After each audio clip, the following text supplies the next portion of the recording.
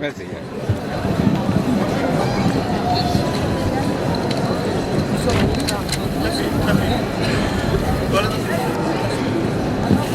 Bonjour, c'est en tant que représentante de la MDH Paris-Île-de-France que je me manifeste à l'occasion de cette journée internationale contre la torture, aujourd'hui à Dijon.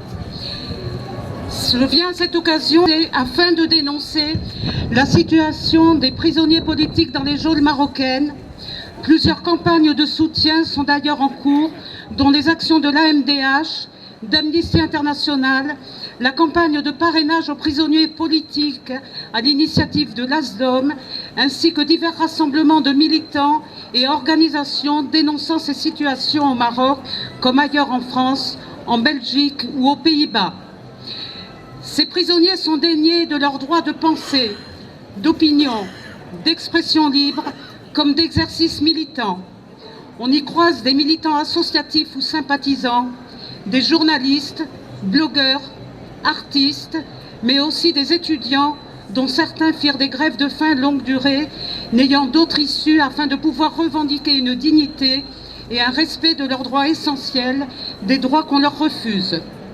Et pour cela, ils subissent intimidation, pression, ils sont poursuivis, interpellés, molestés sur la voie publique lors de manifestations diverses, soit arrêtés puis emprisonnés.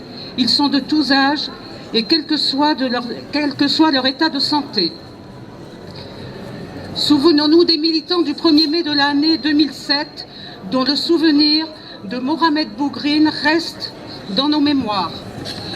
De la grève de faim des étudiants de l'UNEM, dont la jeune Zahra Bogdour.